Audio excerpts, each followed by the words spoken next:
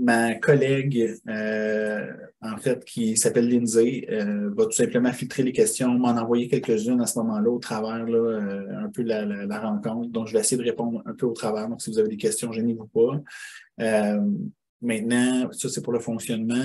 Après ça, à la fin, évidemment, si jamais, bon, on va voir le temps qui reste, mais je vais essayer de laisser de l'espace un petit peu pour que vous soyez capable, si jamais il y a des questions qui restent, si jamais il y a des choses que vous voudriez qu'on approfondisse, d'être en mesure, évidemment, peut-être de répondre à ces questions. Donc, je me lance immédiatement dans les diapos. Vous allez voir les diapos en ce qui me concerne sont de ce côté-ci. Je pense qu'on est en inversion, fait pour vous, ce serait à ma droite, là, ou quelque chose comme ça.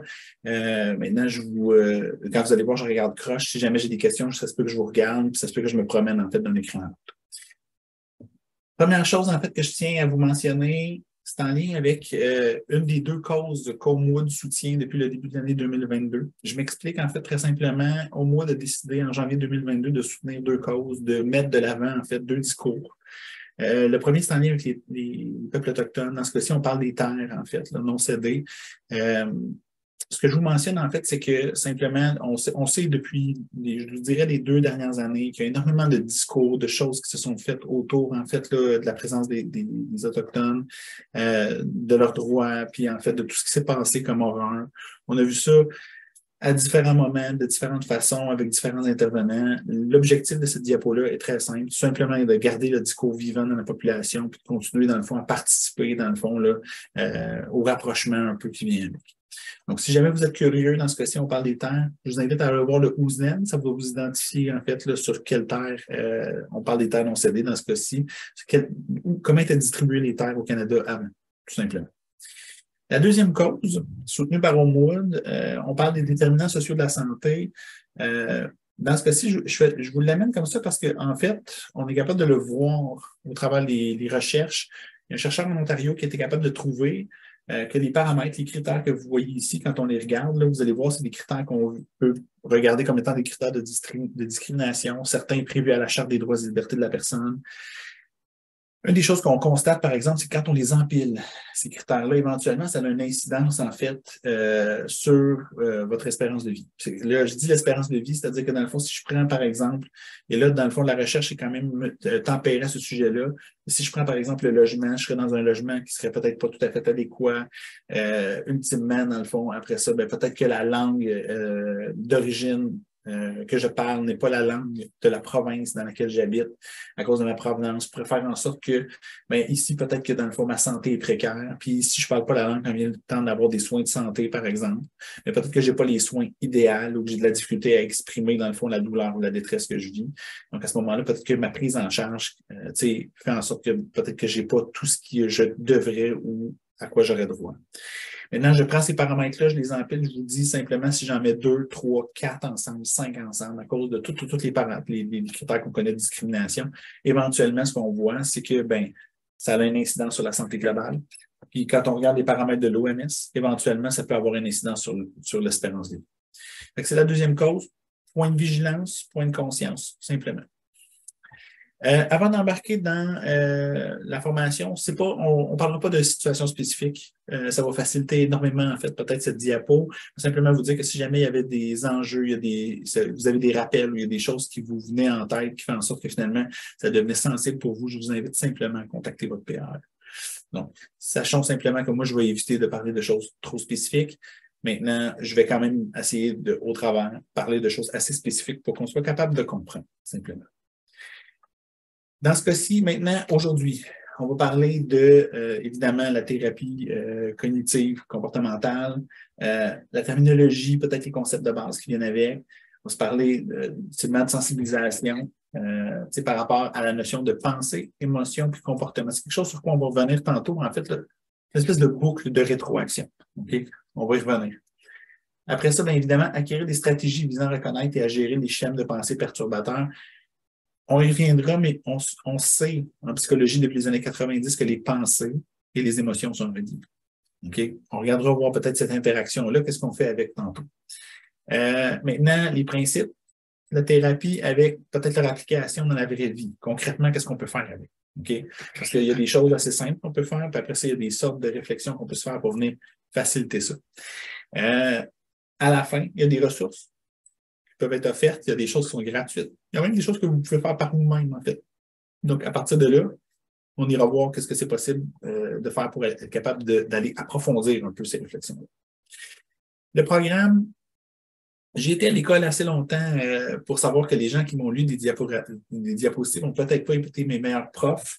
Je vous dis, la diapo qui est présente actuellement, c'est à peu près la même que l'autre présentée autrement. Autrement dit, quand on regarde, on comprend que c'est le programme. Là.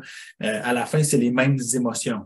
On va parler ultimement de pensée, émotion, comportement. Je dis les mêmes émotions, mais j'aurais dû dire les mêmes informations. On parle de stratégie pour la vie quotidienne, et ainsi de suite, fait que ça se ressemble énormément. Maintenant, concrètement, on parle de thérapie cognitive comportementale. On parle d'une forme de psychothérapie qui est fondée sur des preuves. Quand on dit ça, on comprend qu'il y a toutes sortes de recherches, d'études qui viennent, dans le fond, démontrer le fonctionnement, puis je devrais dire l'efficacité, en fait, de ce type de thérapie-là. Puis évidemment, là, je reviens un peu avec le focus, c'est le lien qui existe entre les pensées, les émotions puis le comportement. Et de quelle façon cette interaction-là vient s'influencer, s'auto-influencer ou s'inter-influencer. Donc, basé sur ça, on dit tout simplement que les pensées influencent les émotions influencent les comportements peuvent à leur tour influencer positivement ou négativement les émotions. Je vais vous ajouter aussi les pensées. C'est-à-dire que quand on agit, ce n'est pas juste nos émotions, en fait, qui sont influencées. La pensée qui va suivre a fait en sorte que des fois, ça a fonctionné ou pas. Donc, on peut aller aussi un étape plus loin, puis il y a une espèce de boucle qu'on est capable de mettre en place. Maintenant, quand on est capable de cerner nos pensées, nos émotions, puis les comportements qui sont improductifs, on est en mesure d'apporter des changements positifs. C'est un peu la base et le principe de ce type de thérapie-là. OK? Donc là, on va rentrer un peu dans les détails. Maintenant, avant peut-être d'aller dans les détails, dans quel moment, dans quelle situation on peut avoir recours, dans le fond, à ce type de thérapie-là? De façon relativement simple, puis je vous fais la distinction là, entre la dépression, le diagnostic et le sentiment d'être déprimé. OK? Maintenant, on comprend que même le sentiment d'être déprimé peut nous donner un indice. Dans ce cas-ci, dépression, anxiété, on parle d'anxiété sociale, trouble de panique, n'importe quel problème de communication qui nuirait, dans le fond, au fonctionnement des notions d'aptitude sociale, toutes les notions de colère. La colère étant une émotion légitime la plupart du temps, mais après ça, dans le fond, il faut quand même la contenir pour ne pas nécessairement la faire subir à quelqu'un d'autre. Mais c'est une boussole, les émotions. Donc, ultimement, on est capable d'aller quelque part avec ça. Le stress est une réaction du corps suite à un stimuli qui est interprété par le cerveau, qui vient la plupart du temps avec une émotion. Donc, on est dans la boucle de rétroaction de tantôt. Là. OK?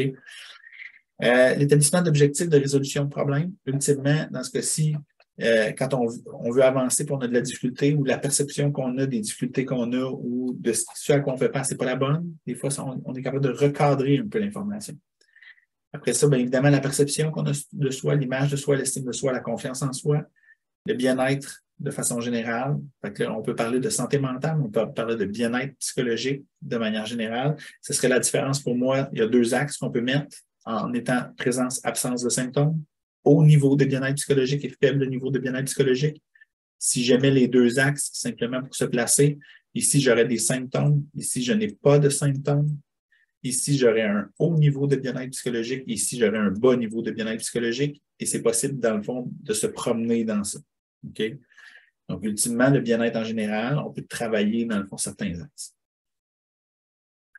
Avant de tomber dans ça, je vais prendre un instant, je veux vous faire part, en fait, d'une recherche. Là, je vais vous faire un petit chemin, en fait, que j'ai fait avec ma collègue rapidement, peut-être avant la formation.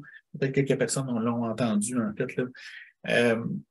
Je vous amène, en fait, à deux endroits. Le premier, c'est votre cerveau.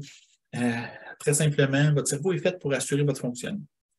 C'est-à-dire que votre cerveau, de temps en temps, va vous mentir. Il va vous dire des choses qui ne sont pas les bonnes. Il va interpréter l'information que vous allez lui donner ou qu'il va recevoir, toujours dans le but d'assurer votre fonctionnement. Donc ça, c'est la première chose qu'il faut savoir.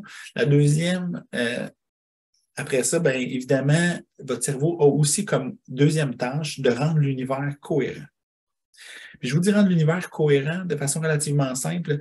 S'il y a quelque chose qui est incohérent dans votre environnement, dans votre univers, il va inventer de l'information pour combler les vides ou il va oublier l'information qui est non cohérente dans sa structure. OK? Je commence par vous dire ces deux choses-là. Il y a quelque chose dans ça qui va nous suivre, nous accompagner tout dans le reste de la présentation, parce que si on sait que le cerveau fait ça, à partir de là, il faut prendre pour acquis que le cerveau nous ment. Il faut prendre pour acquis que nos réactions émotives, nos pensées ne sont pas toujours les bonnes, sont influencées. Et des fois, on est dans des espèces de spirales. On va y revenir tantôt. OK? Maintenant, je vais partir avec ça, puis après ça, je vous dis, le cerveau, il est malléable. Donc, autrement dit, dans sa structure, le cerveau, il peut être modifié, puis ses réactions, ses comportements, ses interprétations peuvent être modulées et transformées en fonction des circuits. C'est un peu comme si je vous disais, pardonnez-moi, je vais prendre un circuit d'ordinateur, puis l'ordinateur va, quand on va lui demander une fonction, il va passer le chemin dans le fond de la programmation pour être capable d'arriver quelque part. Mais si je modifie la programmation, ce que ça va donner, ce n'est pas la même chose. Okay? Donc, je peux rentrer le même stimuli, mais si la programmation, le chemin qui est déterminé change, mais forcément, ce qui va sortir, ce ne sera pas la même chose. Le cerveau est tellement malléable. Là, je peux reculer dans les années 60, mais je ne le ferai pas nécessairement jusque-là, mais je vais m'arrêter à un point quelque part en chemin dans les années 80. À l'époque, la NASA avait mis des lunettes dans le visage des astronautes qui tournent à l'envers. La NASA étant la NASA, il avait laissé les lunettes dans le visage des astronautes 24 heures sur 24 jusqu'à temps qu'il arrive quelque chose. Puis essentiellement, dans le fond, après un certain nombre de jours, il s'est passé quelque chose. Maintenant, la raison pour laquelle la NASA a fait ça au départ, c'est simplement pour être capable d'évaluer si les astronautes finiraient par développer de la nausée avant d'aller dans l'espace. Je m'explique. J'ai un jeu de miroir. Le ciel est rendu au sol. Le sol est rendu au ciel. J'ai plus, au niveau proprioceptif, le sens de l'espace. Je veux valider, voir si les gens, quand je vais les envoyer dans l'espace, ils vont tomber en apesanteur, il n'y aura plus de sol. Le mur peut être le sol. Je veux vérifier, voir s'ils vont développer de la nausée. Parce que si on envoie des gens dans l'espace en apesanteur et qu'ils développent de la nausée à un point d'être incapable de revenir, j'ai peut-être un problème. Donc, avant de faire ça, bonne idée, il valide. Ce qui s'est produit, c'est la résultante, en fait, là, ça a été récupéré de toutes sortes de façons possibles et inimaginables dans la culture populaire, puis on voit ça de temps en temps, là, après 21 jours. Donc, entre 21 et 30 jours. Donc, les premiers astronautes après 21 jours, les derniers après 30 jours, en se levant un matin, voyaient le monde à l'endroit avec des lunettes qui tournent le monde à l'envers. Le cerveau s'est adapté. Le cerveau s'est ajusté. Donc, autrement dit, ce qui s'est passé, c'est que le cerveau a reconstruit un circuit neuronal à côté du circuit existant pour rendre l'univers cohérent. Là, je reviens à ce que je vous disais tantôt. Le travail de votre cerveau, ce n'est pas de vous dire la vérité, c'est de soutenir votre fonctionnement et de rendre l'univers cohérent. Votre cerveau, il a dit, c'est pas dans ce sens-là que ça va l'univers. Donc, il a changé la cartographie, il a changé les circuits, il a modifié sa programmation pour être capable d'ajuster la situation pour assurer le fonctionnement et rendre l'univers cohérent. Quand on enlève les lunettes, il arrive quoi? Rien du tout. Parce que l'ancien circuit neuronal existe encore. OK? Donc, autrement dit, débâtir un circuit neuronal non utilisé, ça peut prendre jusqu'à 6 mois. Donc, quand on parle de rechute de comportement, quand on parle de rechute de gestion de la colère, ou tant aussi longtemps que ça ne fait pas assez longtemps que les nouveaux comportements sont apparus, mais que les anciens n'existent plus, l'ancien circuit qui soutenait l'ancien comportement existe encore. OK? Donc, je vous donne cette information-là parce que quand on parle de thérapie cognitive, comportementale, par défaut, on joue quelque part par habitude, à force d'essayer de faire quelque chose, de cartographier des affaires, on joue dans les circuits du cerveau. OK? Donc, ultimement, le cerveau, il va s'ajuster à ce que vous faites. Il va suivre, il va vous accompagner dans ça. OK? Et ça, c'est une variable qui est importante. Maintenant, ce que ça fait, par contre, c'est que la deuxième semaine, c'est excessivement fatigant. Je vous explique aussi, puis après ça, je vais tomber dans le détail, mais vous allez voir, après ça, ça va prendre un certain sens. OK? Si je vous demande de prendre une résolution de nouvelle année, normalement, ça va durer 2 semaines. Puis là, je vous dis ça comme petit sourire. La première semaine, on est motivé. Ça va assez bien. La deuxième, on commence à faire l'affaire qu'on a pris comme résolution. C'est forçant. Juste penser à le faire, c'est forçant. Pas le faire. Penser à le faire. Parce que votre cerveau ne soutient pas cette activité. La cartographie, pour être capable de soutenir cette activité, cette pensée, recadrer ce que vous êtes en train de faire, la cartographie n'existe pas encore. Donc, essentiellement, ça prend un certain temps avant d'ajuster la cartographie pour que ça se place puis que vous soyez confortable dans le fait de le faire. Ça m'amène à mon 3 semaines, d'où le 21 jours de la NASA. Donc, ça prend à peu près 3 semaines avant de devenir confortable à faire une nouvelle activité, à modifier un de ses comportements, à restructurer une pensée. Parce que les premières fois, c'est pas naturel. Après ça, quand on vient pour le faire, des fois, on prend notre cerveau par surprise d'une certaine façon, puis on réussit à faire en sorte que, ben attends, je veux l'essayer pareil, on le fait, mais là, c'est inconfortable quand on le fait. C'est non naturel. Fait que des fois, ce qui est une bonne chose, des fois, on se sent mal à le faire. OK? Ça va venir un peu avec. Après ça, à force de le faire, à force de le maintenir, éventuellement, ça va se normaliser dans le cerveau. Et là, ce que ça va faire, c'est que graduellement, ça va devenir de plus en plus acquis que c'est ça qui est censé de se passer. Mais ce qui se passait avant existe encore pendant potentiellement une période de 6 mois. OK? Puis c'est une période de 6 mois, tant qu'il n'y a pas de rechute. Après ça, sinon, on repart le chrono et on allonge un peu. OK? S'il y a une rechute après 5 mois, mais ça se peut que ça prenne un autre 3 mois pour finir de défaire les circuits qui sont en lien avec. Okay? C'est une des raisons qui explique pourquoi c'est si difficile de se défaire d'une habitude. Donc, c'est plus facile de créer une nouvelle habitude que de se défaire d'une ancienne. Et c'est plus facile de partir d'une habitude existante pour la modifier parce qu'il y a une partie du circuit qui est déjà utilisée, qui existe déjà, ultimement, qu'on est en train de modifier. Je pars avec ça comme prémisse. Je retourne dans les diapos. Donc, à ce stade-ci, on s'en vient ici. Donc, dépression.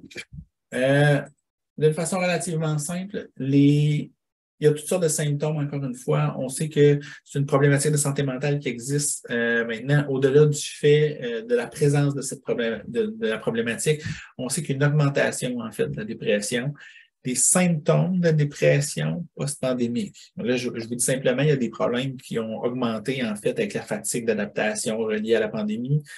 La dépression en est un.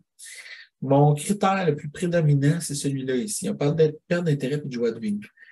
Pour poser un diagnostic, ça me prend un certain nombre de critères sur le lot. C'est pas juste j'ai ce critère-là, ça y est, c'est fini, je suis en dépression, c'est pas ça. OK? Donc, par contre, si j'empile les critères et que j'en ai X sur le lot, OK? Je pense que de mémoire, on parle de 5. OK? Ça m'en prend au moins 5 sur le lot. Ce que ça va faire, c'est qu'éventuellement, je pourrais être diagnosticable. OK? Maintenant, la dépression est caractérisée quand même par ce paramètre-là. OK? La thérapie cognitivo-comportementale ou cognitive-comportementale est un bon outil pour s'aider à sortir graduellement d'une dépression. OK? Bon, on parle là, on comprend que ça peut être causé de toutes sortes de manières possibles et inimaginables, mais c'est un bon outil pour sortir de là. Okay?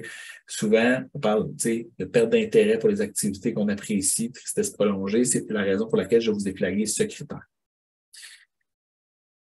Maintenant, je m'en vais dans l'anxiété. L'anxiété aussi peut être amoindrie, tempérée, traitée par la thérapie, par la TCC. Je vous dirais d'une façon relativement simple, je vais commencer par vous dire que c'est une expérience humaine universelle. C'est peut-être l'affaire la plus importante à savoir, là. C'est-à-dire que quand je regarde, en fait, l'anxiété, il y a un résiduel qui amène, là, on dit réaction naturelle du corps, là, qui amène, en fait, le déclenchement de toutes sortes d'affaires qui sont en lien avec le stress, mais qui sont basées sur une perception. OK? Je vais peut-être vous partager cet exemple. Vous marchez dans le bois, vous arrivez face à face avec un ours, vous êtes stressé. L'exemple que je viens de vous donner, puis là, que je vais vous donner, en fait, a été partagé là, par Sonia Lupien dans une entrevue quelque part, je pense, à Radio-Canada. Puis je pense que ça venait d'un de ses collègues. Maintenant, une fois que je vous ai dit ça, quand vous arrivez face à face avec un ours, vous êtes stressé, c'est normal. Le stress embarque, on veut se défendre, on ressent un danger, et ainsi de suite. L'anxiété, c'est vous marchez dans le bois et vous êtes convaincu qu'il y a un ours, mais vous ne voyez pas l'ours.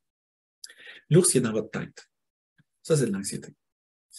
La raison pour laquelle je vous dis que ça a servi à survivre, c'est qu'en fait, si vous êtes capable d'imaginer un danger basé sur des stimuli X, il y a des branches d'arbres qui bougent, ça fait du bruit. Et là, je suis sûr que c'est un ours. J'irai pas voir. Le fait de ne pas aller voir, puis le fait de me sauver, a probablement permis à l'humanité de survivre dans le temps, ce qui fait qu'il y a un résiduel génétique, en fait, à la notion d'anxiété, qui a été utile pour la survie de l'humanité. Parce que la personne qui n'avait pas peur, qui était morte, peut-être qu'elle est morte, on ne le sait pas. Peut-être que non. L'anxiété, c'est normal, mais ça l'a permis de survivre.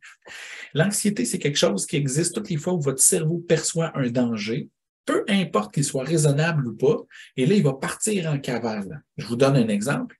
Vous marchez dans le corridor, vous croisez votre patron, votre patronne, la personne vous dit « Je veux te parler 2 minutes ». Votre cerveau part en cavale. Vous passez en revue les 48 dernières heures, la dernière semaine, vous vous demandez si vous avez quelque chose à vous reprocher, puis si vous ne trouvez rien, vous acceptez que vous ne savez pas qu'est-ce que la personne veut. Ça, c'est de l'anxiété. Il ne s'est rien passé, vous ne savez pas qu'est-ce qu'elle veut, puis la personne, probablement, qu'elle ne vous veut pas de mal. En tout cas, du moins, pas à court terme, là. Il n'arrivera rien. Mais le cerveau part de qu'est-ce que, tu sais, je veux te parler 2 minutes, ah, ça y est, je vais perdre ma job. Il y a un décalage qui se fait. OK? Donc, ça, c'est le résiduel de l'anxiété qui, cadré dans notre monde d'aujourd'hui avec la réalité d'aujourd'hui, crée d'autres choses. OK? Donc, qui va nécessiter peut-être des fois justement d'être recadré en thérapie. Donc, la réaction naturelle du corps au stress, c'est un signal qu'il y a un danger, qu'il faut réagir. Okay? Donc, il faut se mettre en situation de combat ou en situation d'interaction par rapport à ce danger-là. C'est une réaction, on dit, adaptative, mais, tu sais, c'est minime, mais quand le danger est réel, on s'entend là, à ce moment-là, c'est utile. Mais c'est rare qu'aujourd'hui, dans notre société, que le danger est réellement, je dirais, majeur ou significatif. En général, le danger est plutôt bénin. Là, okay? Maintenant, les symptômes, okay, la tension musculaire, de la peur, l'accélération du risque cardiaque, la transpiration, ces symptômes-là, ce sont les symptômes qui sont reliés au stress, en fait. Okay? Donc, l'adrénaline qui est embarquée, la cortisol qui est embarquée, qui fait en sorte qu'on a cette réaction. OK? Maintenant, il y a 2 éléments au final qui sont, je dirais, en dessous de la thérapie cognitive comportementale. La première, c'est la restructuration cognitive. Donc, on est dans la pensée. OK? On dit la pensée influence l'humeur, donc les émotions, le comportement. Mais pour changer le comportement, il faut changer le chef de pensée. Donc, la pensée qu'on va avoir va venir influencer ça. OK? Après ça, bien évidemment, l'activation du comportement elle-même, des fois, quand on surmonte des obstacles, des fois, juste le fait de le faire. OK? Là, on va tomber dans ça, mais je vous dis, on va essayer de rouler tantôt le système à l'envers. C'est que des fois, le comportement, on va l'adopter indépendamment de ce qu'on en pense. Et en adoptant le comportement, ça va modifier ce qu'on vit et ce qu'on en pense parce qu'on roule d'une certaine façon. Et là, je veux dire le système à l'envers. Okay? Parce que normalement, avant d'adopter un comportement, on en a pensé quelque chose, puis on a vécu quelque chose, puis on adopte un comportement qui est cohérent avec ce qu'on a pensé, ce qu'on a vécu. Et si je vous disais que c'est possible d'adopter un comportement qui n'est pas cohérent avec ce qu'on pense, ce qu'on vit, puis qu'en le faisant, finalement, ce qu'on vit et ce qu'on pense se place ou se replace en fonction de ce qu'on a fait. Donc, je suis en train de modifier, en fait, la structure en roulant le système à l'envers. OK? Donc, à la fin, aussi, l'autre élément, c'est que des fois, ça va faire la même chose. On va aussi avoir tendance à poser des gestes qui sont en lien avec le confort. OK? Des expériences agréables. Et non pas nécessairement juste, en fait, de se confronter. Il y a un mélange. Ça m'amène ici, cette espèce de petite boucle. On dit pensée, comportement, émotion, ça va ensemble. Normalement, ici, là, je vais vous dire, d'emblée, on peut rouler le système comme ça. OK? Ce serait le premier réflexe, c'est-à-dire qu'on a des pensées par rapport à des situations X, OK, qui influencent ce qu'on sent puis nos actions. Mais si on roule le système à l'envers, nos pensées, si on rentre par les comportements, puis peu importe ce qu'on en pense, on change nos comportements, bien, ce qu'on va dans la vie, forcément, va être changé, et ainsi de suite. OK? Donc, je vais partir de là. On va partir de cette petite boucle. On va parler d'événements déclencheurs, de pensée, okay, au sujet de l'événement, de la situation, de l'événement déclencheur, puis des conséquences. Là, on va parler de comportement d'émotion. Okay? Je vous donne un exemple très simple. Après ça, je vous partagerai d'autres types d'exemples qui existent, que j'ai vécu, que je suis capable de vous partager, puis qu'à la fin, dans le fond, on peut peut-être venir imager en fait l'ensemble de tout ça. Donc, on parle d'un événement, un ami 15 minutes en retard à votre rendez-vous pour le restaurant pour le dîner, la pensée, quel manque de considération, pas beaucoup d'importance à mon temps, ni à mon amitié, ce serait de la colère qui apparaîtrait. Puis forcément, ben, vous montrez distant envers votre ami, ce serait le comportement quand la personne arrive, vous êtes un peu distant, puis là, à la fin, vous adoptez une position ou un comportement en lien avec ça. Voici un peu la boucle de rétroaction. Maintenant, avant de tomber dans ça, quand on parle de boucle négative, je vais aller dans la pensée, puis après ça, on va se le structurer différemment. La pensée est influencée par un paquet d'éléments. Okay? Généralement, votre vécu, votre passé, généralement, vos valeurs, votre personnalité, le contexte. C'est des éléments qui vont venir influencer, en fait, la pensée que vous avez. Là, je vous partage cet exemple-là. À l'époque, j'habitais à Montréal. Je dis à l'époque, il y a plus de 20 ans, là, je travaillais à la station centrale d'autobus à Montréal, l'ancienne station en briques brunes en L qui n'existe plus aujourd'hui. Puis je travaillais à la consigne là où il y a les casiers, puis il y avait les autobus internationaux qui arrivaient. Je vois quelqu'un débarquer d'un autobus de New York avec un couteau dans les mains. Je me suis trouvé assez normal. Quand je suis rentré en arrière de la baie vitrée, j'ai fermé la porte puis j'ai appelé l'agent de sécurité. Ça a été ma réaction à moi. L'agent de sécurité, lui, est arrivé, les deux mains dans les poches, puis rendu à quelques mètres de la personne, il est sorti de ses mains de ses poches, puis il a dit en anglais à la personne, sors ça, t'es pas à New York, il va arriver un accident. Sa réaction n'a rien à voir avec la mienne. Mais rien. Là, j'ai vu un film d'Hollywood, la personne a mal réagi, l'agent de sécurité a maîtrisé la personne, la police est arrivée, mais somme toute, il n'y a rien arrivé à l'agent de sécurité, puis ça s'est fait vraiment simplement. Si je me mets dans sa perspective, là, ça n'avait pas l'air compliqué qu'est-ce qui est en train de se passer là. Là, je prends le temps de discuter avec l'agent de sécurité. J'aimerais ça comprendre parce que je veux bien que tu es un agent de sécurité, mais il y a quelque chose qui me semble un peu trop dans ça. Puis là, il me dit, écoute, tu sais, puis là, on est à l'époque, il dit, c'était un immigrant, mais il me dit, ça fait 2 ans que je suis au Québec. Quand je suis arrivé au Québec, tu sais, de là où j'arrivais, le pays duquel je viens, je suis un ancien militaire. Il dit, quelqu'un qui a un couteau, c'est pas dangereux. Il dit, moi, j'ai déjà été dans une tranchée, tu sais, à me faire mitrailler, là. Il dit, lui, il arrive avec son couteau, il est tout au bout, il te le donne. Tu veux qu'il fasse quoi? Il est rendu. Moi, ça n'a pas été ça ma réaction. Moi, je suis tombé stressé. Mais regardez la pensée. Je vous ai dit, la pensée qu'on a est influencée par le vécu, le passé. Mon vécu, mon passé, c'est pas le sien. Moi, ce que j'ai interprété, c'est pas ça. Les valeurs qu'on a, la personnalité, le contexte, c'est les éléments qui viennent l'influencer. Je retourne rapidement en partage, mais je veux juste vous faire remarquer, je vais juste prendre l'exemple qui est donné ici. Quand on dit, votre ami est 15 minutes en retard, manque de considération à mon égard, c'est basé sur une valeur. Elle est interprétée, c'est filtré. À la fin, c'est plus la bonne affaire. Maintenant, il y a moyen de modifier ça. Mais si on modifie la structure de la pensée, si on modifie l'interprétation qu'on en fait, forcément, ça va modifier tout le reste de la chaîne qui va suivre. Et là, souvent, quand on parle d'une boucle de rétroaction négative, c'est là, j'ai une réaction négative de ça. Regardez, je m'en vais dans la boucle de réaction, juste avec l'exemple qui vient d'être partagé. Votre ami arrive au restaurant, vous êtes fâché parce qu'il est en retard. Vous l'accueillez d'une façon négative.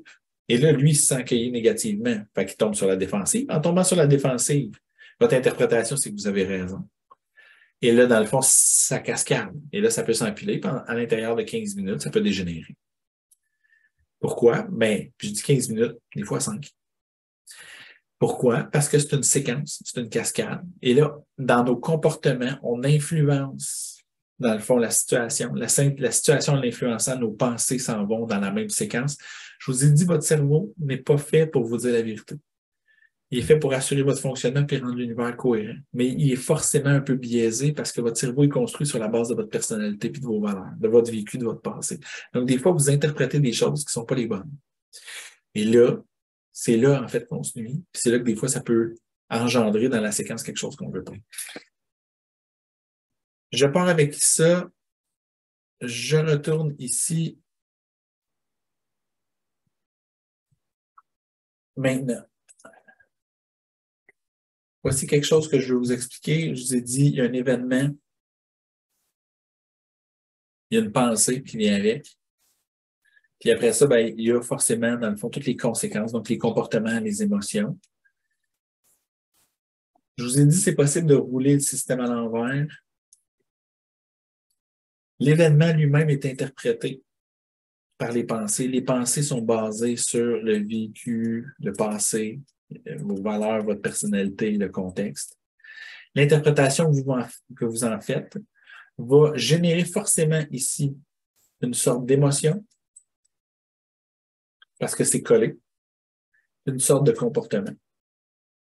Et là, si on part de là, puis on s'en vient ici, bien là, je vais influencer la situation ou l'événement d'une façon à ce que finalement, bien, peut-être que la boucle de rétroaction ne sera pas la bonne, mais ce qui va arriver, c'est que bien, là, en influençant ça, ma perception, je vais la consolider. Je vais dire j'ai raison, et ainsi de suite. Et là, ça va tourner en rond. Je peux travailler sur les deux morceaux. Je peux travailler sur les pensées ici. On va essayer de le faire. On va essayer de réfléchir à savoir comment est-ce qu'on fait ça. Je peux aussi travailler sur les comportements. Puis dire, ben, peu importe ce que j'en pense, puis peu importe ce que je vis, je vais essayer d'adopter le meilleur comportement possible. Parce qu'à ce moment-là, je vais venir éviter d'influencer l'événement, puis ça se peut que finalement la séquence se replace. Ou je peux juste, des fois, indépendamment de comment j'en pense, ce que j'en pense, rouler le système à l'envers, c'est essayez pas trop d'y réfléchir, agissez. Puis des fois, quand on agit, le comportement qu'on a, c'est le bon, puis là, on vient influencer après ça. Et là, on est capable de rouler le système à l'envers. OK? Donc, basé sur ça maintenant, j'avance dans les diapos. Regardez, modifier. Ça donne complètement autre chose. OK? 15 minutes en retard. Peut-être que quelque chose le retient au travail. J'aurais aimé qu'il m'appelle. J'aurais pu changer l'heure de notre rendez-vous. J'espère qu'il ne lui est rien arrivé. Ben, forcément, déception ou inquiétude au lieu de colère. Appelez votre ami pour lui demander à quelle heure il prévoit arriver. S'il est arrivé un pépin et qu'il n'est pas en mesure de vous rejoindre. À son arrivée, lui dire que vous aimeriez qu'il vous envoie un message texte. S'il est pour être en retard, c'est important pour vous, dans le fond, parce que dans vos valeurs, peut-être que dans le fond, la considération, la ponctualité, c'est hyper important, qu'il vous appelle la prochaine fois. Mais peut-être que certainement aussi, s'il est arrivé quelque chose, ben là, tu sais, la notion d'inquiétude va faire en sorte que quand la personne arrive, peut-être que vous allez être content de la voir finalement parce que vous dites, ah, écoute, je me suis inquiété pour toi parce que tu n'es pas dans tes habitudes d'être en retard.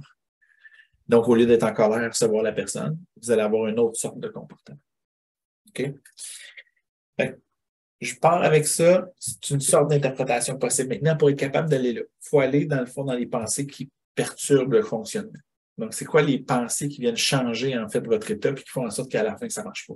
OK? D'une façon relativement simple, il faut reconnaître puis comprendre les schémas de pensée puis être prêt à les modifier. OK? On va rentrer dans ça. Je vous ai dit, on va aller coller tantôt avec les émotions. On est capable de le faire. Maintenant, je vous dis, il y a des distorsions cognitives. Donc, des erreurs de pensée, il y a des pensées négatives automatiques qu'on va regarder, puis des croyances fondamentales, donc des fondements qui font en sorte qu'après ça, on influence tout le reste. Les distorsions cognitives. Un exemple ici, surgénéralisé, c'est des pensées négatives inexactes qui risquent de vous déprimer ou de vous mettre dans une position qui n'est pas la bonne. Sont difficiles à discerner pour la plupart des gens, mais particulièrement quand on est déjà déprimé ou anxieux, parce qu'en général, quand on a des problématiques où on vit de la détresse en santé mentale, une des premières choses qui saute, c'est l'autocritique. Donc, on ne se voit pas. OK? Maintenant, il arrive une affaire, puis ben ça y est, de toute façon, c'est normal que ça arrive, ça va toujours mal, puis c'est sûr que c'est de ma faute, parce que dans le fond, je ne suis jamais capable. OK? Là, on est dans la surgénéralisation. OK? Généralement, ça va venir avec des toujours, des jamais, ça va venir avec des impératifs, des absolus. OK? Maintenant, quand on est dans la thérapie, ce que ça va faire, c'est qu'on est capable de discerner des fois les pensées négatives, les remettre en question puis de les changer. OK? On ira voir qu'est-ce qu'on fait avec ça. Maintenant, les pensées négatives automatiques. L'interprétation d'événements ou d'expériences crée une espèce de monologue intérieur, puis ça fait en sorte que ça nous revient dès qu'il y a un soupçon de quelque chose du genre. OK? Les pensées automatiques, si elles ne sont pas nécessairement négatives, OK, peuvent être un stimulant, encourageant. Si elles sont négatives, peuvent être destructeurs ou, justement, négatives. Ça peut être exact ou déformé. OK? Je vous donnais tantôt l'exemple de vous croisez votre patron dans le corridor. Je vais te parler 2 minutes, la pensée automatique. Ça, c'est un exemple très simple. Okay? Parce qu'en fait, et là, des fois, dans ce cas-ci, ce que ça fait, c'est déconditionner la pensée automatique. Ça vient avec l'expérience. Je vous ai dit, le vécu, le passé viennent changer, en fait, certains de ces éléments-là. Là, dans ce cas-ci, si votre gestionnaire, votre patron, votre patronne, vous avez une bonne relation avec, puis toutes les fois que la personne vous a dit « je vais te parler 2 minutes », ça s'est toujours bien passé, vous avez fini par comprendre que la personne, elle ne vous veut pas de mal. Donc, éventuellement, quand elle va faire ça, ça ne vous dérange plus. Par contre, vous changez de milieu de travail, la première personne qui vous fait ça, ça va rembarquer. Parce que c'est un conditionnement qui est profond, c'est des pensées automatiques. Donc, à partir de là, ben, si ce n'est pas dans un contexte spécifique dans lequel c'est déconditionné, ultimement, ça va se poursuivre. OK? Maintenant, des fois, c'est exact. Parce que des fois, pour vrai, quand on se fait dire ça, ben, c'est quelque chose que la personne va nous reprocher. Mais des fois, c'est déformé, puis après ça, on le modifie, on le rend exagéré. OK? Les pensées, les caractéristiques des pensées, évidemment, sont automatiques, on ne les contrôle pas. Ça arrive soudainement, c'est suite à. OK? Ils sont brèves. C'est une fraction de seconde, ça se déclenche. Je vais te parler 2 minutes, ça y est, ça part, il y a un scénario. OK? Ça a l'air intuitif ou instinctif. OK? C'est une impression. OK? Donc, ben, ça ne vaut pas la peine de postuler, exemple. Je ne suis pas sûr. C'est comme. Donc, on a l'impression que ça vient de quelque part. On ne sait pas quoi. La plupart du temps, il n'y a pas d'ancrage logique. Quand on le décortique, ça ne fait pas de sens. OK? Je vais vous en donner un autre exemple tantôt, puis on peut relier assez simplement. Commence souvent par une attente, un mot, je devrais, j'aurais dû, j'aurais pas dû. Donc, une notion d'attente. OK? Après ça, font en sorte qu'on s'attend au pire. Donc, on envisage le pire. Puis après ça, effet d'entraînement, un malheur en attire un autre. Ça y est, ma journée est finie après. OK? C'est sûr qu'il va arriver d'autres choses. Ultimement, ben, on dit c'est un comportement appris par des habitudes, des années de pratique, des observations. Je vous en donne une très simple. Vous roulez en auto. Vous passez sur une pancarte d'arrêt. Vous vous en rendez compte, vous êtes rendu en plein milieu de la rue, il n'est pas arrivé d'accident. Okay? Donc, tout le monde va bien, tout est correct, mais vous réalisez que vous venez de passer votre arrêt. Vous ne l'avez pas fait. Vous êtes rendu en plein milieu de la rue. Je vois généralement 3 types de comportements. Il y a du monde qui vont arrêter en plein milieu de la rue, qui vont repartir. Il y a des gens qui vont ralentir, qui vont repartir. Il y a des gens qui vont continuer en disant de toute façon, il est trop tard. Ça ne changera rien. Mais tout le monde va regarder partout autour s'il y a un policier. Ça, c'est assez simple, en fait. La pensée automatique qui vient avec, c'est vous n'aimez pas ça, vous faire prendre en défaut, puis vous voulez vous rassurer. Il y a une dose d'anxiété qui vient avec, là, mais ça l'a embarqué, là, ça a fait ça. OK? Et là, dans les attentes, c'est se préparer, se réconforter. Des fois, c'est pour se préparer un argumentaire. J'aurais pas dû passer tout droit. OK? On s'attend au pire. Ça y est, je vais me faire arrêter, je vais avoir une étiquette. Tu sais, vous ne savez même pas s'il y a un policier, mais ça vient tout de débouler. Là. Ça prend une fraction de seconde. Là. OK? Là, si un policier, ça part mal la journée, ouais, des journées de même, j'aurais dû rester couché. Et là, on envisage que la prochaine, puis là, tu sais, et ainsi de suite. Là. OK? Puis c'est un comportement appris parce que il y a du monde que ça leur dérange moins de se faire arrêter parce qu'ils savent qu'ils n'ont rien à se reprocher. Puis quand ils ont quelque chose, ils l'assument. Quelque part dans l'enfance, en grandissant, on a fini par dire tu ne veux pas te faire attraper par la police. On a fini par apprendre que ce n'est pas une bonne idée, on n'aime pas ça. Donc, c'est aussi largement partagé au-delà du vécu qu'on se fait prendre en défaut. Au-delà de ce vécu-là, c'est largement partagé, en fait. Ça répond un peu à des paramètres. C'est un très bel exemple, et un exemple simple, en fait, pour vous dire que finalement, ben, la pensée automatique, quand il arrive une situation, on ne la contrôle pas, en fait. Elle arrive. OK? Puis, on contrôle la plupart du temps pas les comportements qui viennent avec, et ainsi de suite. OK? Donc, il va falloir des fois déconditionner, déstructurer ça. Je vous donne un exemple.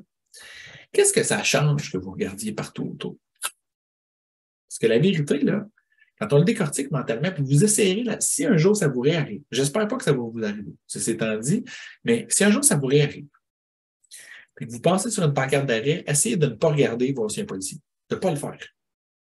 Parce que, honnêtement, s'il n'y a pas de policier, il ne vous a pas vu, il ne vous arrêtera pas. Puis s'il y a un policier, s'il vous a vu, il vous arrête, puis s'il ne vous a pas vu, il ne vous arrête pas. Que vous regardiez partout autour, ça ne change absolument rien.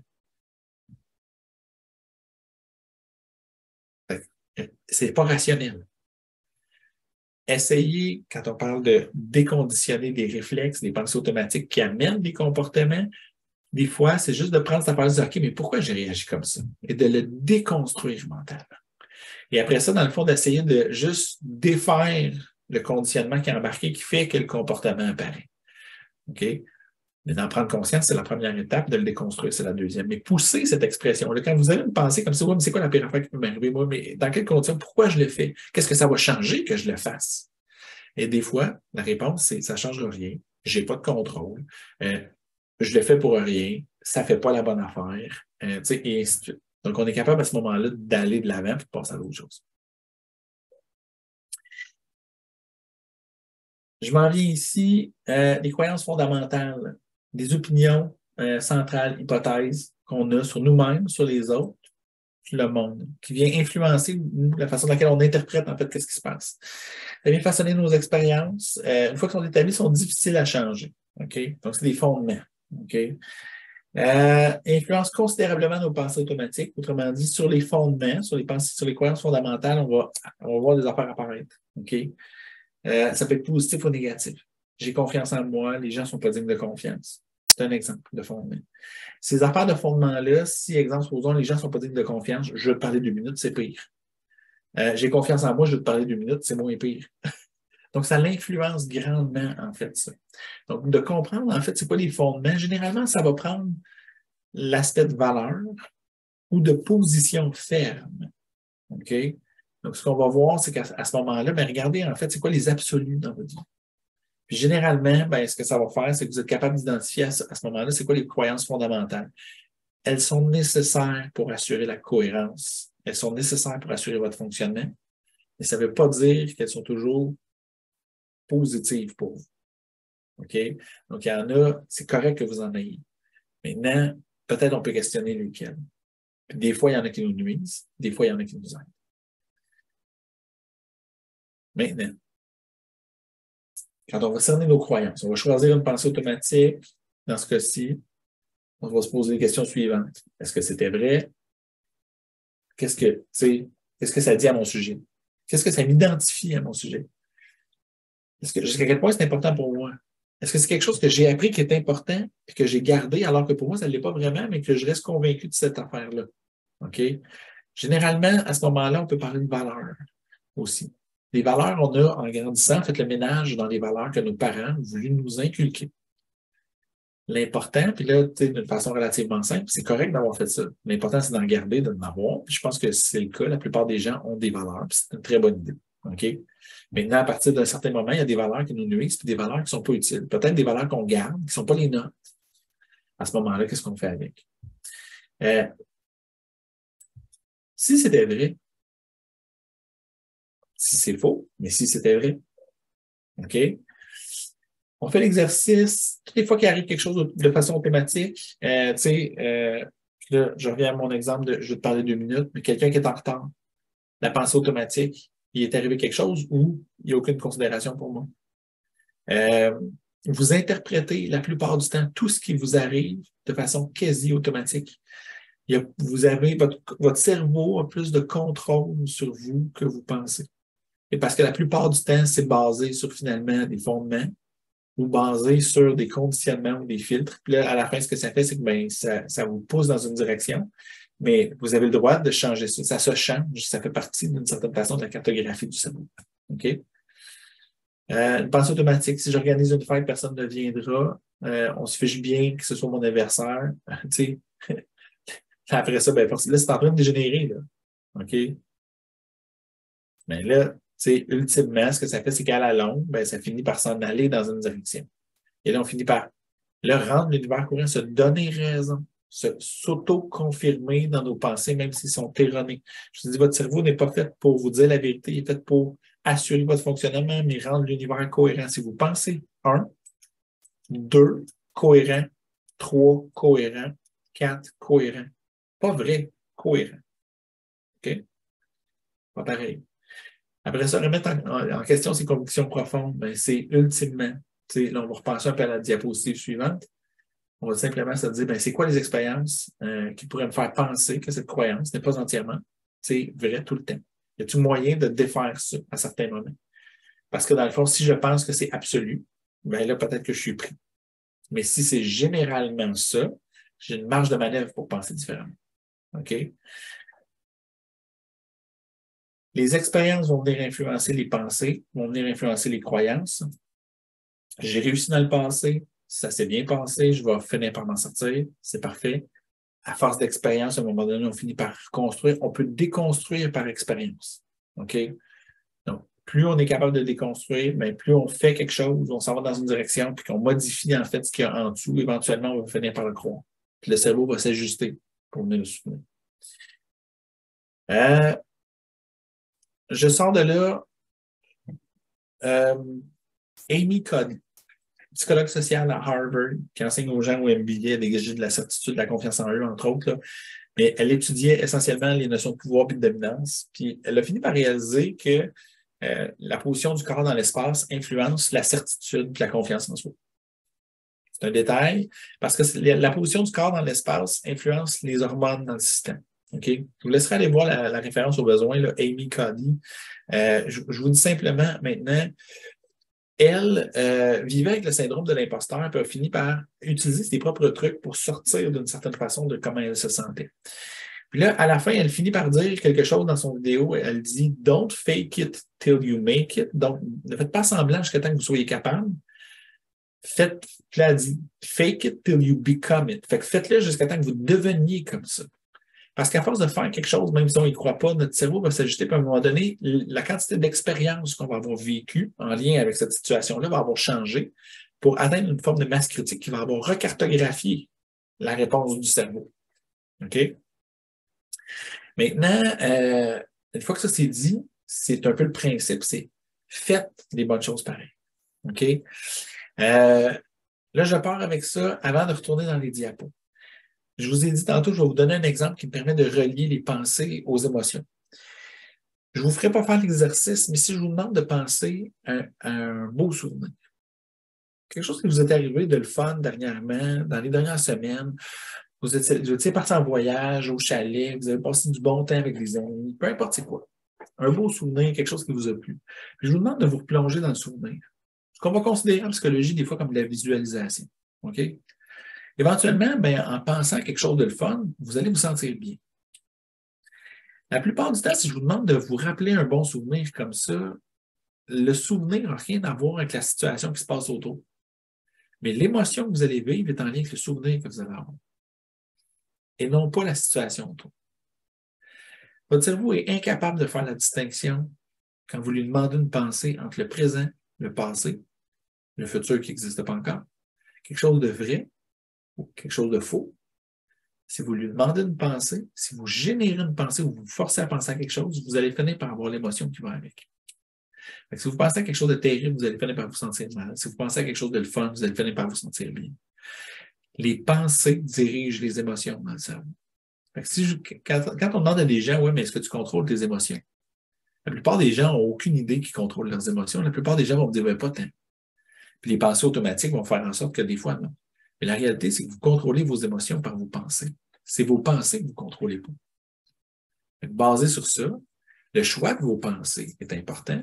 Puis quand vous voyez qu'il y a une pensée qui vous perturbe, peut-être ça vaut la peine de la recadrer, d'y réfléchir, de regarder c'est quoi les incidences qu'elles peuvent avoir, parce que dans le fond, ça vous donne un levier pour être capable de modifier comment vous vous sentez. Et par défaut, qu'est-ce que vous allez faire, comment vous allez interagir dans le contexte. Basé sur ça, maintenant, je sais qu'on ne contrôle pas toujours nos pensées, on vient de le voir en pensée automatique. OK? Maintenant, vos émotions, quand elles apparaissent, sont une boussole. Autrement dit, vos émotions devraient vous servir à vous identifier qu'est-ce que vous pensez de la situation, c'est quoi les schémas qu'il y a en dessous. Fait que si vous vous sentez bien dans un contexte, c'est parce que le schéma est positif. Si vous vous sentez mal dans un contexte, c'est parce que le schéma est négatif. Ça ne veut pas dire que c'est approprié ou que ce n'est pas approprié. Des fois, c'est correct d'être mal quand il arrive une vraie situation.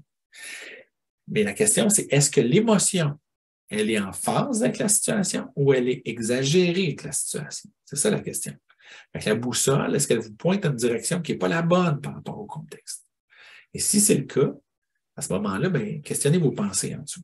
Ça va vous aider.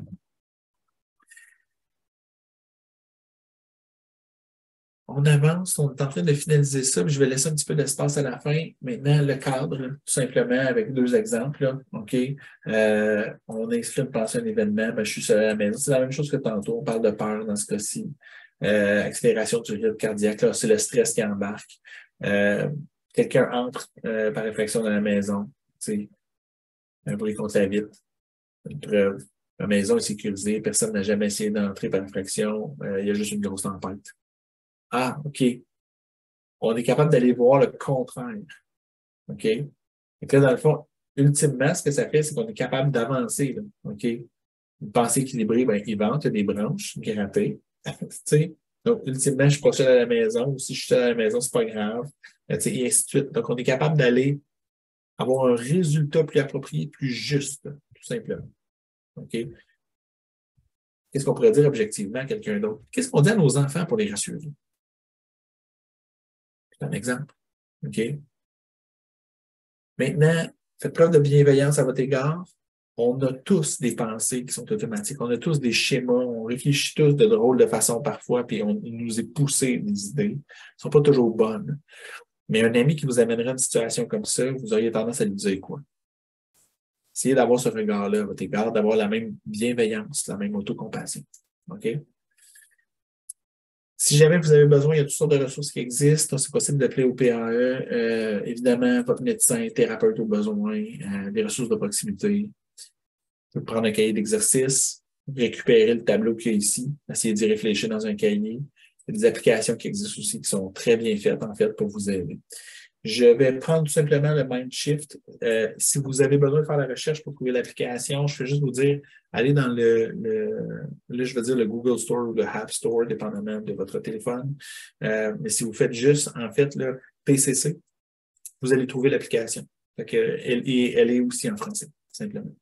OK? Donc, je vous invite à aller voir. Ça vaut la peine. C'est des belles applications qui vont vous aider, dans le fond, aussi, de manière autoguidée, qui vont correspondre à recadrer des affaires puis réajuster des éléments dans la boucle ou dans la séquence. À ce stade-ci, est-ce que vous avez des questions? Il nous reste à peu près 5 minutes. Je vous invite dans l'onglet questions-réponses à tout simplement ouvrir.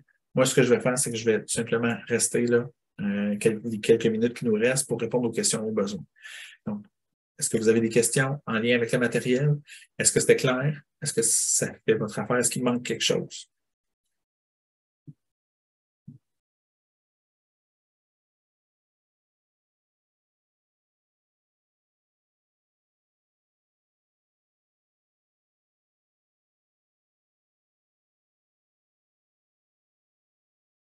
Simplement, je sais, je viens de voir que ce n'est pas une question, mais je te remercie infiniment, Roxane. Si jamais il y a quoi que ce soit, ne vous gênez pas.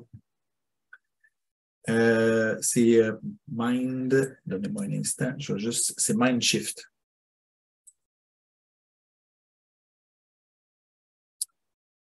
Je ne sais pas si vous voyez en fait le chat. Si vous voyez le chat, je vais répondre à tout le monde.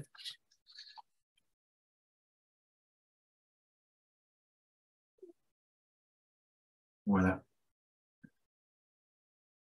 C'en est une. C'est fort probable que c'est possible d'en trouver d'autres. Ceci étant dit, c'est simplement une application bien notée pour avoir testé un peu le fonctionnement qui fonctionne aussi assez bien, simplement. OK. Donc, c'est possible évidemment qu'il y en ait d'autres.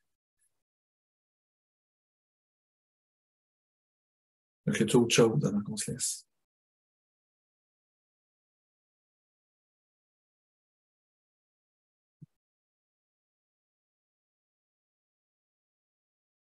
C'est un plaisir, simplement. Je viens de voir une question qui vient de rentrer.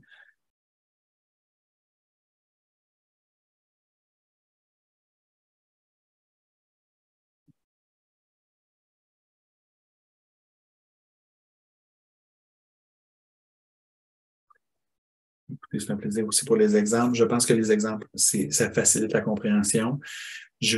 Voyant qu'il n'y a pas tellement de questions, tout ce que je vais faire, je vais tout simplement vous rappeler, en fait, à la base, en dessous, c'est qu'à force d'empiler des expériences, on finit par influencer, en fait, la perception qu'on a de ce qui se passe.